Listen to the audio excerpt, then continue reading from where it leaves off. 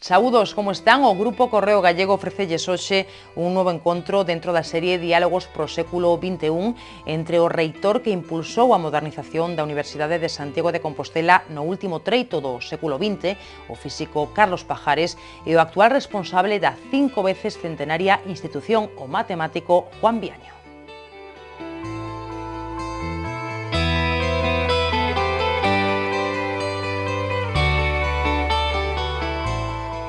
Carlos Pajares naceu en Madrid en 1945, pero é galego de adopción. Tras formarse nos Estados Unidos ou Francia, foi unha peza fundamental na posta en marcha da Facultade de Física Compostela, da que foi o primeiro decano. Con só 38 anos, converteuse en reitor en 1984 dunha institución con 7 campus, na que a masificación das aulas era a norma.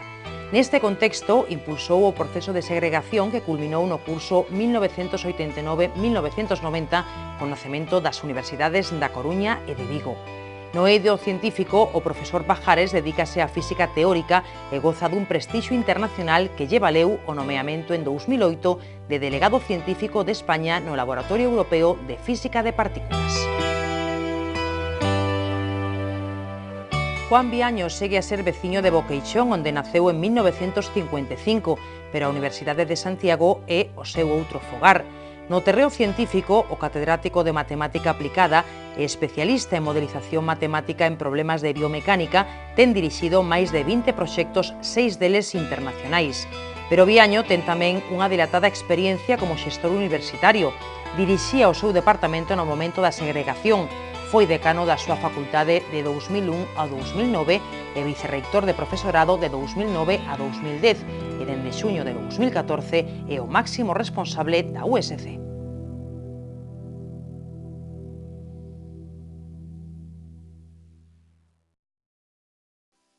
Hai 25 anos que se fixo o proceso de desgregación en 3 universidades. Despois de 25 anos un pode pensar se foi unha decisión acertada ou non. Eu penso que en xeral foi acertada, que os principios que se fixeron, que era que non existía ninguna universidade no mundo con máis de 50.000 estudantes e que tivera, digamos, unha docencia e investigación de primeira magnitude. As que hai, pois a verdade é que sempre teñen menos, se un busca, pois entre nos diversos rankings, que a mí non me gusta moito isto do ranking, pero en calquera caso, pois non hai ninguna que teña máis de, digamos, máis de 50.000, e que ademais, por exemplo, pois hai algunha universidade, un pode decir a Complutense, por exemplo, pero a Complutense non ten unha xestión áxil, eficaz. Eu, despois de un proceso de estudiar o que pasaba nos sistemas universitarios de diversos países, e o equipo rectoral que eu presidía, decidimos que iso era o mellor para a Universidade de Santiago, a Universidade de Galicia, e que se podía estructurar dun xeito que se beneficiase tanto a docencia como a investigación. Eu penso que, aínda que hai sempre unha cantinela eso de que en Galicia sempre se divide todo isto e tal, pero eu penso que foi por cuestións de docencia, estrictamente docencia e investigación, foi o mellor. E, dende logo, se mellorou. Eu penso que as 3 universidades que existen agora son moito mellores das que existían entonces. Eso non quere decir que a min me gustaría que fosen moito mellores, en particular a miña, a de Santiago de Compostela, pero de todos os xeitos se deron enormes avances. Eu podo referirme en case todos os puntos a cuestións moi concretas en que se deron avances moi grandes, e xa que logo eu penso que eu estou orgulloso de tomar aquela decisión. Por suposto, houbera despois políticos que se sentiron contentos con aquela, había outros que en principio non estaban tanto pola laboura, pero despois foron adaptándose e ademais foi unha decisión que no Parlamento galego tivo o consenso total, perdón, e no claustro universitario tamén, me parece que era un claustro de 500 e se aprobou por 480 e tantos e hubo 8 abstencións. Eu penso que non houbera ninguna outra, digamos, punto de orde do día no claustro universitario que tivera tanta aceptación. Foi un proceso que levou máis de un ano para convencer a sociedade, convencer ao mundo universitario. Eu penso que estou satisfeito. Eso non quere decir, por exemplo, que despois houbera duplicidade e incluso máis de duplicidade de algunhas titulacións que non se deberon duplicar ou triplicar. Hai outras que sí, porque hai unha gran demanda de determinadas titulacións e non ten senso facultades de máis de 3.000 estudantes. Pero, en xeral, eu penso que foi moi acertado e o único pero que poño é que a Universidade de Santiago, o campus de Santiago, debeu dotarse despois de centros de investigación tanto da Comunidade Autónoma como do Consello Superior de Investigaciones Científicas como do CIMAT. É dicir, era onde estaba o peso da investigación, perdón, de Galicia.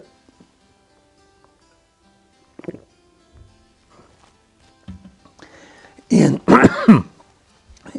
entón,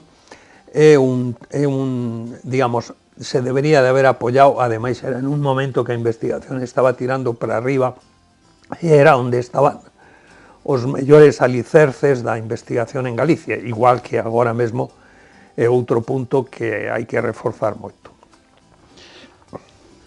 Bueno, eu vivín a segregación das 3 universidades como director do Departamento de Matemática Aplicada na Universidade Única naquel momento, e a verdade é que postos a analizar a pertinencia ou o acertado da decisión, habría que colocarse naquela situación onde tiñamos unha universidade moi masificada con un número de alumnos moi elevado e a xestión non era e non tiñamos os medios de xestión que temos actualmente. É dicir, eu era director dun departamento con docencia en 7 campus en 7 cidades diferentes, polo tanto realmente era moi complicado en moitos centros e a xestión era moi complicada.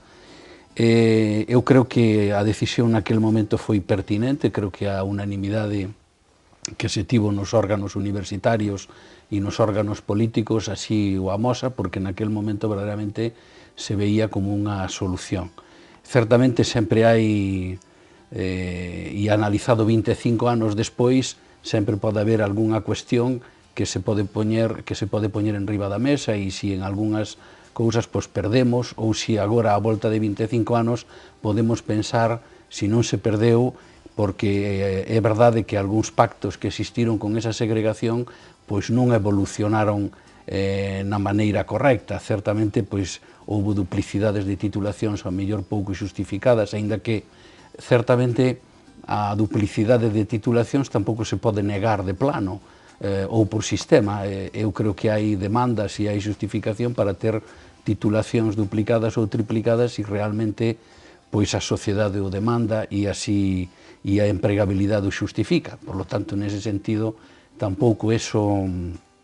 Pero sí é verdade que, por comparación con outras estruturas, en que parece que temos unha tendencia a poñer unha en cada sitio, eu creo que a universidade había que analizala naquel momento e, como ben se decía anteriormente, creo que as universidades que máis problemas teñen de xestión neste momento son as universidades que terían o tamaño que tería a Universidade Galega neste momento se non houbera sido segregada, é dicir, con máis de 50.000 alumnos, con unha xestión que, a pesar de que agora a xestión cos medios informáticos, etc., é moito máis doada, pois aínda así siguen tendo unha xestión pouco áxil e as universidades máis grandes non son as que realmente mellor están funcionando. Por lo tanto, eu tamén son da opinión de que foi máis un acerto e, de feito, pois as universidades que temos evolucionaron. Eu personalmente opino que probablemente algo que faltou foi definir máis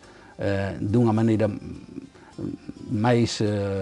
máis contundente os perfis das universidades, é dicir, optar por unha universidade quizá máis politécnica, por algunha que podría ser a Universidade de Vigo, e, bueno, certamente a Universidade de Santiago dotarse máis de estruturas de investigación que finalmente se conseguiron anos máis tarde, e aí estamos nesa situación. Pero eu creo que optar por perfiles de cada universidade houbera sido acertado e non que as tres evolucionaran a universidades que pretenden ser completas, e eu creo que eso sí que pudera haber sido corrixido, e quizá o único pero que eu poño nese sentido.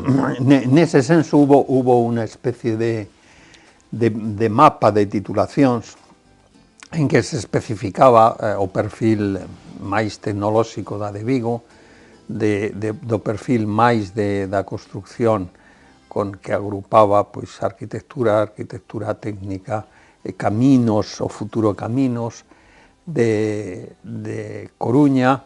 Despois estaba o perfil, por suposto, agropecuario con veterinaria, agrónomos, etc., Lugo, e despois estaban menos definidas os campus de Pontevedra, Ferrol e Ourense.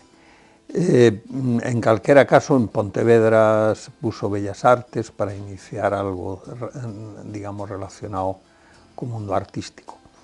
Pero tamén había a cuestión de que había centros, como digo, proyectados, que se apuntaba a que Santiago se fixeran centros de investigación de primeiro nivel. E esos CECAIs, pois, aínda hai que tirar por aí. Hai unha cuestión que ás veces se di, é que en España e en Galicia hai moitas universidades.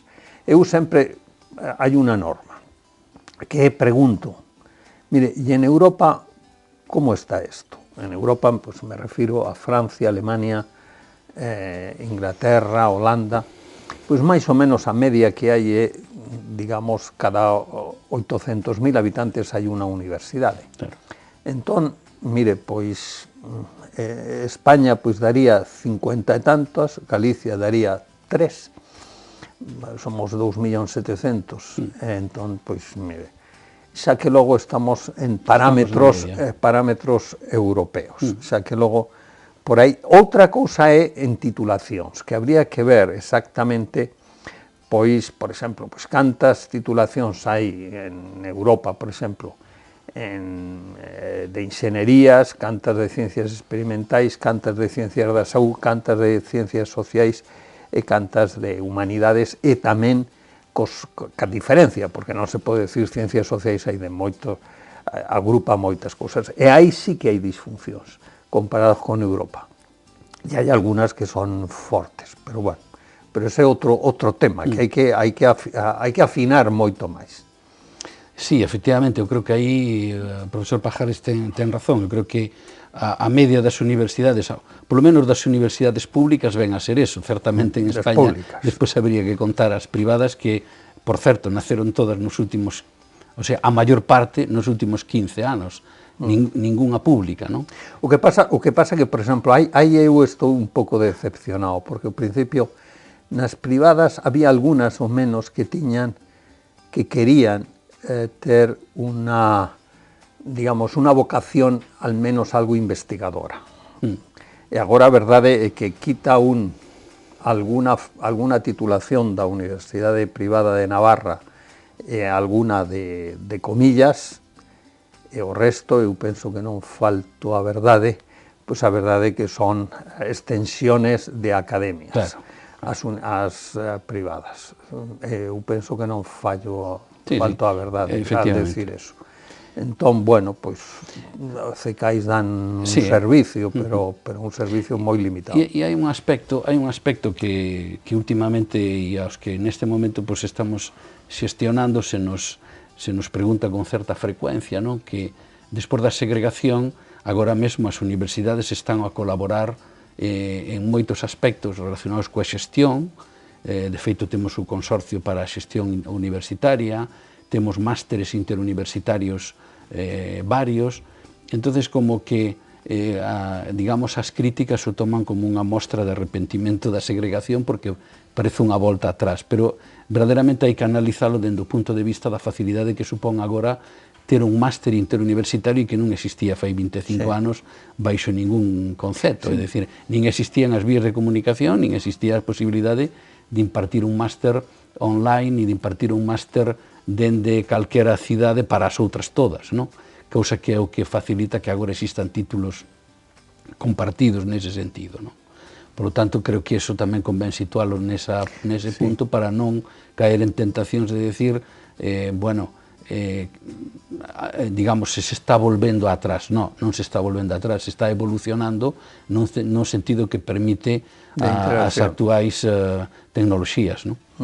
No, e hai parámetros, por exemplo, hai un parámetro que ás veces, por exemplo, a crítica ás universidades en particular se di, no, hai que en comparación ás universidades americanas, cando se fala de americanas, eu sempre digo, de cal de las 5.200 universidades americanas me está falando, porque hai 200 que son moi boas, pero hai 5.000 que son, bueno, pues o que eu chamaría academias, é dicir, entón, pero bueno, en calquera caso, se di, é que non somente debe haber financiación pública, e entón eu comparo, máis ou menos, eu estou falando de memoria e non sei as cifras do ano pasado ou do anterior, pero máis ou menos eu calculo que a financiación directa da Xunta de Galicia, a USC, por exemplo, debe estar polo 65%, e despois deben de ser tasas e proxectos de investigación que son acadados en competencia pública. Entón, eso quere decir que máis ou menos o 35% é financiación externa. Entón, eso son cifras moi equiparables ás universidades europeas de primeiro nivel. Eso é a USC. Eu penso que nas outras dúas universidades non é as cifras tan boas, pero eu penso que é algo moi aceptable. Estou falando en xeral, é dicir, non estou falando, pois, o mellor en lugar de un 65% é un 67%, pero máis ou menos. Entón, bueno, me parece que é algo correcto. E aí, de feito... Eso non quere decir que debemos de mellorar. A financiación do financiamento público ven a ser aproximadamente un 98%, no caso da Universidade de Santiago, un 98% do coste de persoal. E o resto, e iso ven a ser efectivamente un pouco máis do 60% do que estaba dicindo eu. E o resto é captado pola propia universidade, que supera... está no 30% dos recursos aproximadamente, 35, 30, 35. Hai unha cousa que eu teño que decir que, digamos, a financiación por estudante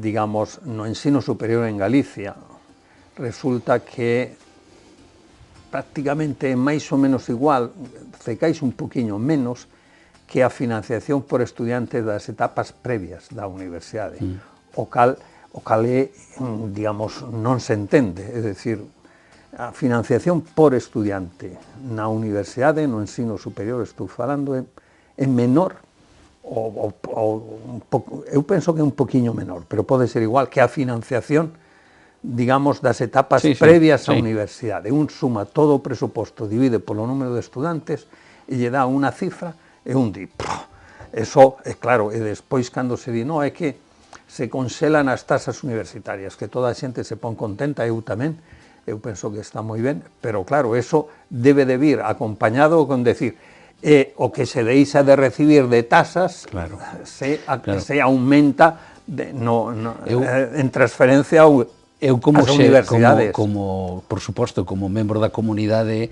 como no papel de pai de familia, por suposto que un se alegra de que as tasas sean baixas. Ahora, como xestor da universidade, evidentemente me preocupa que iso non se compense convenientemente, porque iso é unha reducción de recursos para ofrecer mellor calidade, mellor formación e polo tanto creo que a acción social que supón ter unhas taxas baixas debería ser compensada ou non debería afectar a merma de calidade, e iso sí que creo que o financiamento público debería contemplar axeitadamente, e nós neste momento que estamos no momento de negociar o novo plan de financiamento 2016-2020, pois é algo que temos que ter en conta, porque as taxas forman parte do financiamento que recibimos. Eu, en xeral, entrando no financiamento, digamos, eu penso que a Universidade de Santiago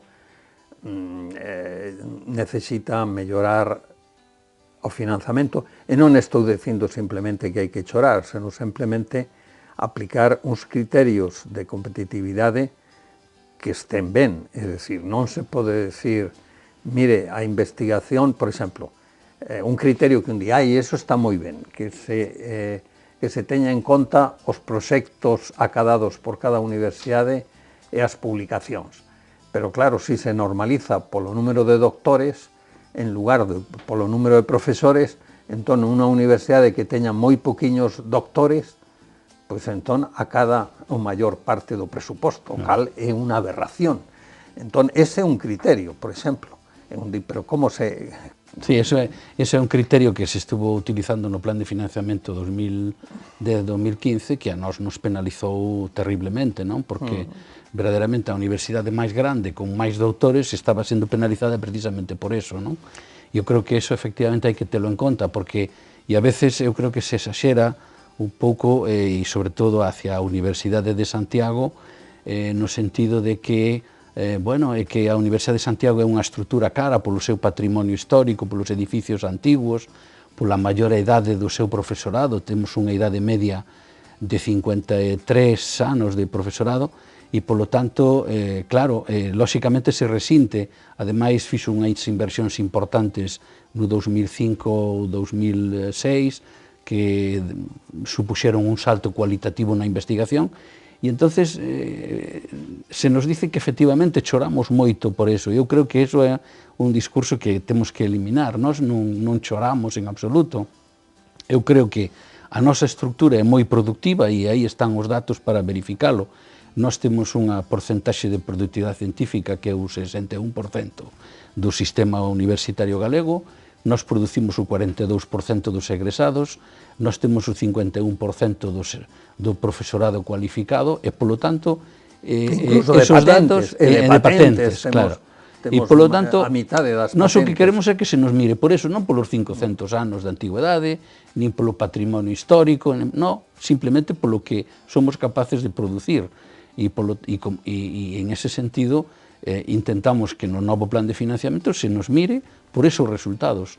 Nada de chorar, por suposto, pero sí que se nos mida dunha maneira correcta. Sí, eu penso, por exemplo, para falar de parámetros europeos, por exemplo, Suecia. Suecia teñe dúas universidades que son de algún xeito parecidas a de Santiago, porque están en cidades pequenas, como é Uppsala e Lund, e son dúas universidades moi prestixiosas, pero, digamos, Suecia as mima, porque sabe que aí está en gran parte o I+D+I. Entón, claro, as mima, as dúas. E son en cidades moi pequenas e tal, a pesar de que llevan a dar poucos votos as poblacións de Lund e de Uppsala. Sí. Entón, pero mire, pero eso non quere decir... E ademais, eu penso que Santiago é unha universidade que pode xogar na Champions League. É dicir, así de claro. De feito, está, en algunhas especialidades está xogando dende hai moito tempo. Entón, eu penso que... Sí, a eso me refería no sentido das inversións. Eu creo que é certo que a Universidade de Santiago, na época dos fondos FEDER, dos créditos reembolsables, etc., que foron mecanismos utilizados por todas as universidades para dar saltos cualitativos en investigación, eu creo que iso produce que a nosa universidade se situara dunha maneira importante, e hai áreas como biomedicina, como física, como matemáticas, onde estamos xogando verdadeiramente en Champions League, e aí están os nosos starting ground. Filoloxía española, por exemplo, tamén. Sí, no, e xustamente eu creo que se deron saltos cualitativos. Neste momento na nosa xestión temos plans estratégicos como foron Campus Vida, no Campus de Excelencia Internacional, temos o Campus Agroalimentario en Lugo, e pretendemos que as ciencias sociales, xurídicas e humanidades, onde temos grupos brillantísimos, pois tamén esas estrategias pois tamén penetren, e estamos neste momento traballando no campus da cidadanía precisamente nese sentido. Eu penso que tamén, digamos, xustamente porque hai en todas as áreas, tanto en humanidades como en ciencias sociais, ciencias experimentais, ciencias da saúde, pero hai non todas, digamos, non se debe de seguir unha política de café para todos, pero sí de incentivar e de decir, hai algunhas que funcionan moi ben e outras non tanto. Entón, as de non tanto, preguntar, mire, por que en esas diferencias que se pode facer para que vostedes funcionen como as outras? Claro. Por exemplo, a min, eu vexo que hai nos programas Ramón y Cajal ou Parga Pondal, pero Ramón y Cajal, por exemplo, que é competitivo co resto de España. Entón veo que hai varias áreas que collen Ramones y Cajales, e hai outras áreas que din que son deficitarias de profesorado, e resulta que non aplica ninguén de Ramón y Cajal. Entón, eu penso que nesas áreas deben de facer unha especie de examen de conciencia e decir por qué. Por qué, e entón falar co rectorado para decir, mire, eu vou a ver se se fai un programa para atracción e entón estar abertos a coller a xente, a fichar a xente para mellorar eso. Nesa línea, eu creo que é na que se está traballando no sentido de elaborar eixos estratégicos en que os grupos de investigación, pois efectivamente, capten investigadores, capten xente nova e vayamos por agrupacións estratégicas nas que somos vos, non? E intentar que efectivamente as áreas e os grupos de investigación máis potentes tiren dos demais, e como o profesor Pajares di, os que non están nesa línea, por qué? Por que non se enganchan? E tratar de que todos se enganchen en esa dirección, non? Eu creo que aí eso é importante. Falábase tamén da financiación no sentido de por que as áreas unhas son máis activas que outras. É importante ver que na universidade, e iso é un discurso que dende a universidade nós temos que potenciar, que non se nos vexa só como unha academia, porque a parte investigadora é fundamental, e entonces un profesor está para dar clase e para investigar. Neste momento vai a ser obligatorio facer unha contabilidade analítica nas universidades, que é a que permite, digamos, calcular os costes reais das actividades da universidade. E, polo tanto, e para dicilo máis claramente, un profesor que dá as súas clases e investiga, realmente costa menos que un profesor que dá as súas clases e non investiga, aínda que poida cumplir co horario, etc., porque a actividade investigadora tamén ten un coste que, por outra parte, un profesor, se produce máis, pois resulta máis barato o sistema. E eu creo que iso é o que temos que intentar... Eu deso estou totalmente de acordo. Eu poño, por exemplo, ao meu departamento, que aproximadamente durante os últimos, non sei, 8 anos, pois en proxectos de investigación oscila entre o 15 e o 20% do total da Universidade de Santiago, en cuantía. E algunos somos físicos teóricos, o cal quere decir que non son... Pero eso quere decir unha determinada dinámica. Pero ás veces nos señalan co dedo porque acadamos Ramones y Cajales, porque acadamos starting grant, temos dúas starting grant, etc. Entón non di, pero si simplemente polo 21% dos proxectos de investigación que damos á universidade estamos dando máis de 1,5 millóns todos os anos á universidade. Entón, mire, non é...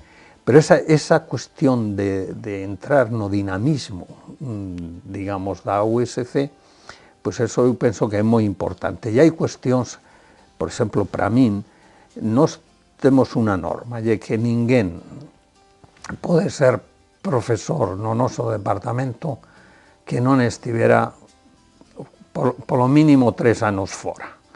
Mire, vostede non pode acabar a carreira e ser axudante, despois quentar a cadeira, facer a tesis e tal, e quedarse aí, porque é que, mire, é que é moi fundamental ver o que se está facendo fora, é moi fundamental, en novas ideas, eso é a universidade e a ciencia, claro. E vostede ten que insertarse, e xa que logo non debería ser unha norma xeral, non pode ser vostede profesor estable da USC, senón vai está 3 anos fora. Evidentemente, ese é algo que está penetrando afortunadamente dunha maneira generalizada na universidade, pero é fundamental a internacionalización da investigación, a captación, o sea, a internacionalización tanto de formarse fora como de traer investigadores.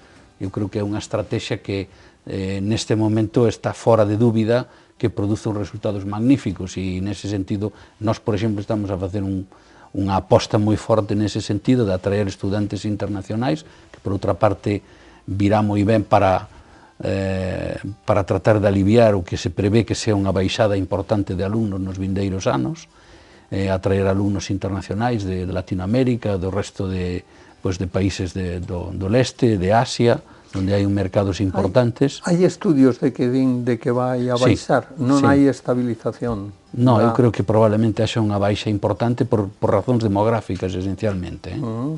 Sí, e entonces eu creo que captar estudantes noutros sectores internacionais para nós, eu creo que para as universidades vai a ser fundamental, xa digo, non só dende o punto de vista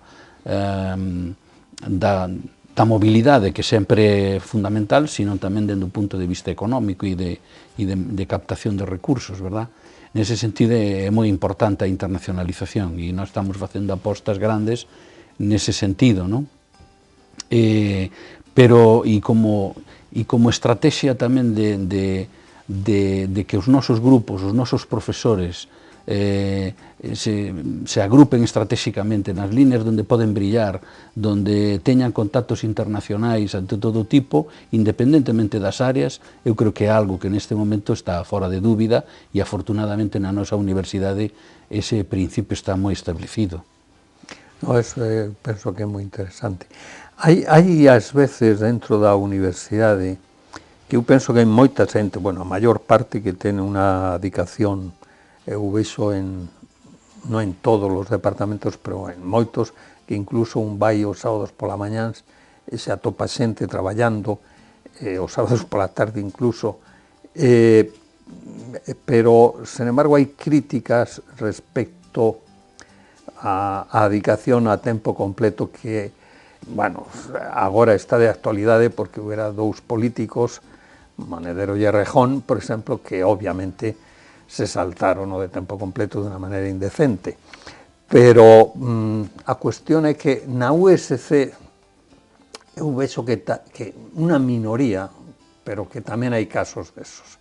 Eu penso que na USC, pero tamén en xeral, en todas as universidades, debería de haber un recordatorio do que é tempo completo, o que é a dedicación, que non é somente dar as clases, que son 37 horas e media, me parece, de estar na USC traballando,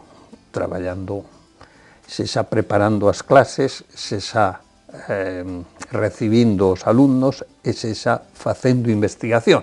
Xa que logo con 37 horas e media de tempo completo queda moi poquinho tempo para calquera outra actividade que de outra banda debe de ser permitida, debe de ser solicitada o permiso para o USC, e somente se debe dar si é de investigación.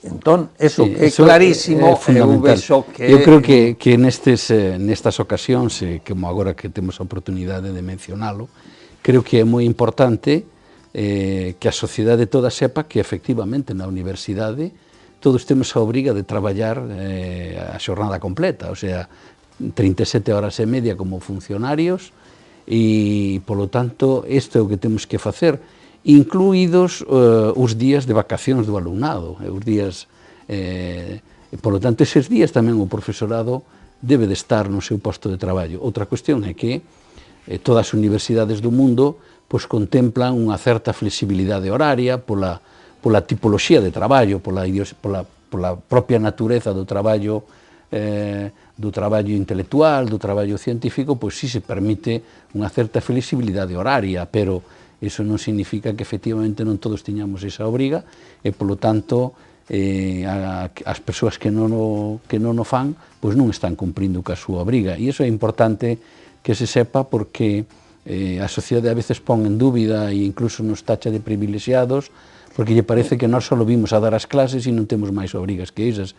E iso é por a concepción moi de academia que se ten da universidade e non como centro de formación, de docencia e investigación que é, non? Hai que pensar que o 70% da investigación do país e a innovación depende das universidades, polo tanto, todo o progreso social, todo o progreso tecnolóxico, pois depende nun 70% das universidades, do traballo que fan persoas que se dedican non só ás 37 horas e media, sino moitas máis, nos seus laboratorios, nos seus despachos, a facer traballo.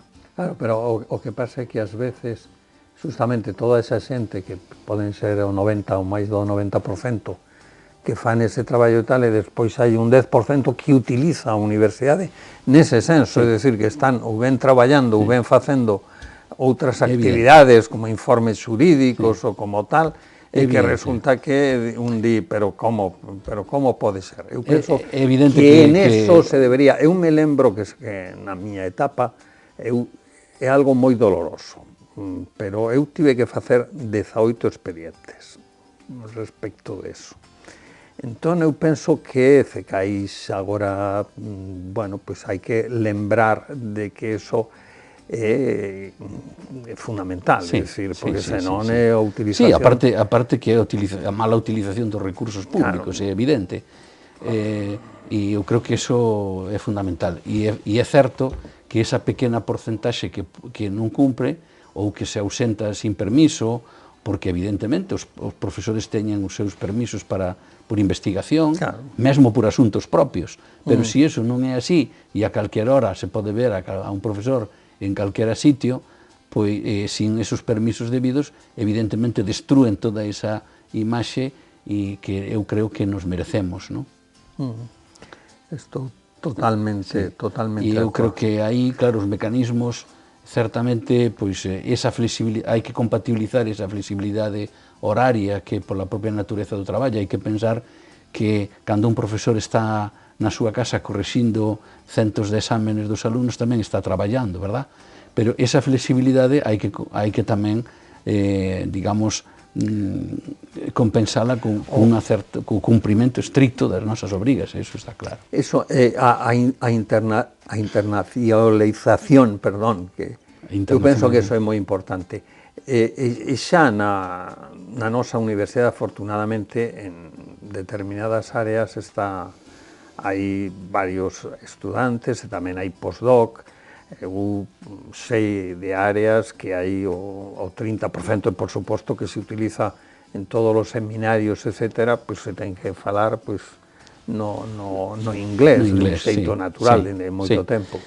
Sí, as universidades últimamente están facendo esforzos moi grandes, mesmo por ofrecer docencia noutras linguas, o cual, lóxicamente, se conxuga ben co feito de atraer estudantes internacionais e poder ofrecer incluso másteres completos noutro idioma. Eso sería fundamental e sería unha meta que deberíamos de chegar, non?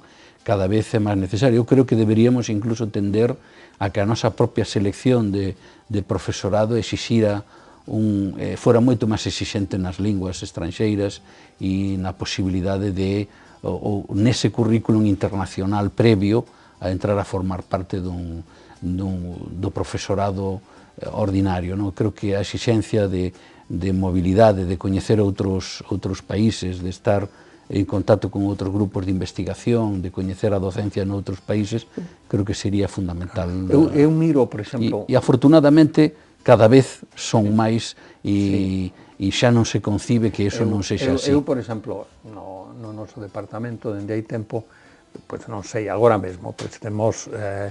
de postdoc temos un americán, 2 chinos, un italiano, un griego, un alemán, e iso é o natural. E non somente no noso departamento, está, bueno, pues en ciencias da saúde, en matemáticas, entón, pero eso debe de ser o natural, é dicir, o natural, é dicir, non...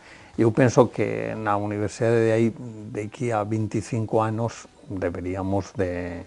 Sí, quero dicir, a porcentaxe de profesorado estranxeiro que nos visite ten que haber unha porcentaxe moi elevada, porque ten que formar parte da propia natureza da nosa actividade, non? E así é, e nas áreas máis activas así é, e non estou falando de calquera área activa, non me estou referindo únicamente ás ciencias, onde efectivamente pode ser máis visible ou incluso máis propio, porque pois en áreas onde a investigación é máis de tipo local, pois entonces, bueno, os intercambios son máis difíciles, ainda que eu creo que deben existir igualmente, non? Por exemplo, eu sempre estou dicindo que eu me sinto orgulloso de pertencer á Universidade de USC, que entre outras cousas ten a Facultade de Filoloxía. Galega, claro. Filoloxía, a galega, pero tamén a galega, que tamén ten figuras señeras, pero a filoloxía española é algo, un día comeza a decir nomes, e di 5 ou 6 de primeira magnitud, Guillermo Rojo, Luis Iglesias, González Herranz, Darío Villanueva, é dicir, un podo seguir, hai algún xa jubilado como Viñaliste, etcétera, pero que un podo decir, pode seguir, é un discurso e iso atrae tamén moita xente. É un discurso que se ten instalado tamén nos últimos anos e eu creo que é unha falacia, é dicir, que realmente a nosa universidade, que é unha universidade completa, brilla en todos os campos. Outra cousa é que en algúns momentos pois o escaparate máis visible pois está escorado un pouco hacia algunhas ciencias, etc., pero creo que nese momento todo o mundo percibe que temos investigadores e grupos brillantes en todas as áreas, de Santiago e de Lugo, de ciencias sociais, xurídicas, humanidades, ciencias experimentais, ciencias da saúde... O que pasa é que, ás veces, por exemplo, por eso digo que ás veces Galicia, que a USC non se decata, por exemplo, un día, mire, cantos da Academia Española pode ter as universidades de España? Aquí temos 2, Guillermo Roja e Darío Villanueva, por exemplo. Pero un pode decir, bueno, cantas advanced starting grant ten ao resto das universidades? Pois mire, pois aquí temos, pois que eu saiba, polo menos 4 starting grant e un advanced. E un advanced. Entón, eso, pois o mellor hai 3 ou 4 universidades equiparables, si hai. Pero eu podo seguir así unha tras outra, é dicir, un día. Bueno, pois eu penso que a USC nese senso... Sí, eu creo que sin desmerecer efectivamente os esforzos que estamos a facer nas 3 universidades, ese é o que nós pedimos, que efectivamente se mire con unha medida xusta, non é cuestión de pedir tratos de favor, pero sí que hai parámetros moi obxectivos para medir o que somos capaces de, ou que fomos capaces de producir, os esforzos que estamos a facer reducindo gastos polas inversións que temos feito e por a posibilidade de ir saindo destas dificultades económicas dos últimos anos e que o estamos a conseguir. E, bueno, eu creo que estamos facendo uns esforzos enormes por poñer a nosa universidade, que, por certo, hai que decilo, midamos por onde midamos nos rankings, e o profesor Pajares dicía que non era moi partidario, pero últimamente se move moito todo o financiamento e todo o sistema por rankings. Nós, en todos eles, vimos a sair entre o 8º lugar, o 10º lugar nas universidades españolas. Por lo tanto, midamos como midamos, aí estamos, non? E creo que ese posto que merecemos e que traballamos para conseguirlo, creo que ese é o que temos que pedir tamén que internamente se valore. No, digamos, o ranking, porque digo, pues, por exemplo, pues aí no ranking de Shanghái, por exemplo, hai un parámetro, pero eso significa que un parámetro da estructura, se é 3 más 2 ou 4 más 1, que é o número de xente que estudia no máster respecto ao que estudia no grado. No grado. E cantos, en esa proporción, cantos máis estudien no máster, pois sube máis. Entón, bueno, claro, en España que estamos en 4 máis 1, pues eso quere decir que vamos a estar, como hai somente 6 parámetros, pues vamos a estar, pesa moito e estamos 100 postos en xeral, todas as universidades españolas, máis atrás. É dicir, pero por eso estou de acordo, é dicir, a Universidade de Santiago está, pois eso, entre a sétima e a décima das españolas, pero eso eu non estou contento, porque eu penso que temos que estar entre as 5 primeiras. Ese debe de ser un dos obxectivos de que eu penso... E neso eu creo que se pode conseguir, eu creo que ademais estamos nesa línea, eu creo que ademais estamos impulsando e eu creo que está calando na nosa universidade que nós somos capaces de facer eso e eu creo que estamos a traballar nese sentido e como universidade completa creo que temos, é dicir, é máis difícil chegar a eso precisamente por ser unha universidade completa. Xa o sei, porque sobre todo, digamos, en xeral, en moitos desos ranking, por eso eu son crítico en algo. Por exemplo, pues non está pesado que a filoloxía española é moi boa na nosa, porque a maior parte do ranking teñen a filosofía anglosajona e non pesan moito máis as filoloxías inglesas. E cousas dese estilo no ranking que un pouco, en fin... Pero eu teño fe na nosa universidade porque eu teño a sensación, eu vexo, digamos, os que teñen agora, a xeneración que ten agora entre 30 anos e 45, é moito mellor que a miña. É dicir, son moito mellores que eu. Bueno, eso afortunadamente, ninguna dúbida. Quero dicir, calquer profesor que fichamos agora, calquer Ramón y Cajal, comparado o currículum que el ten co que nós tiñamos a súa edade, o teu sería magnífico seguro, pero estou seguro que o Ramón y Cajal de agora son... Claro, ás veces, a mí me dá vergoña, ás veces, absolutamente, cando, por exemplo, pues, non sei, eu... dúas persoas moi brillantes no meu departamento, e que, claro, eu fun rector aos 38 anos, e daquela, pois eu, en física teórica, pois era unha persoa moi rompedora, e con certo prestixio, tal, etc. Pero, claro, eu digo, joroba, pero si estos dous, que teñen 38 anos e aínda non teñen, agora xa teñen 40 e teñen acadaron unha praza de titular, pero ata os 40 anos e dixo, joroba, de algún xeito son moito mellores que eu. Eu creo que iso é un dos perigos que temos, é dicir, o perigo que temos a reincorporación dos novos. Estamos a xubilar 50 personas cada ano, 50 profesores dos máis experimentados, e non estamos a renovar. Por lo tanto, aí, eu creo que, e iso sí que é triste verdadeiramente, e cando un compara, eu fun tamén catedrático aos 32 anos. Claro, eu comparo o currículum que eu tiña cando eu fun catedrático co que teñen agora mesmo os investigadores que estamos en plazas interinas, en plazas con tagotas, etc., e verdadeiramente é lamentable, porque nos superan amplísimamente, como por outra parte ten que ser. Nos formamos para que nos superen, pero é injusto que realmente agora pois non teñan as perspectivas que merecen. Eu penso efectivamente que houbera unha dinámica que foi moi positiva, digamos, de que hai 25 anos ou 30, digamos, pois na maior parte das especialidades non estábamos insertados na comunidade científica internacional. E agora, en moitas delas, estamos insertados, non en todas, pero en moitas.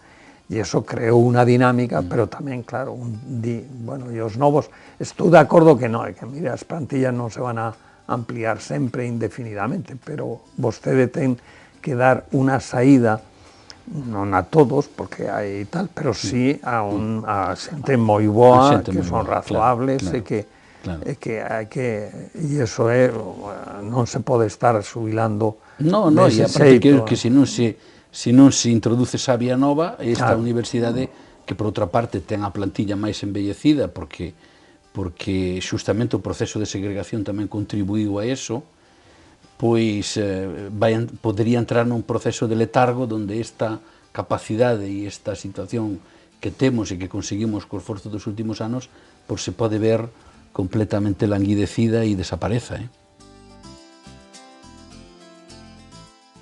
Pois mirando hai 25 anos habría que facer algo mellor. Respecto do proceso naquel momento, eu penso que eu fixen todo o posible. Que dúbida cabe que un di, pois o mellor atar mellor para referinte a centros de investigación de primeiro nivel. Pero eso máis que atalo é unha dinámica, é dicir, a vida é unha dinámica.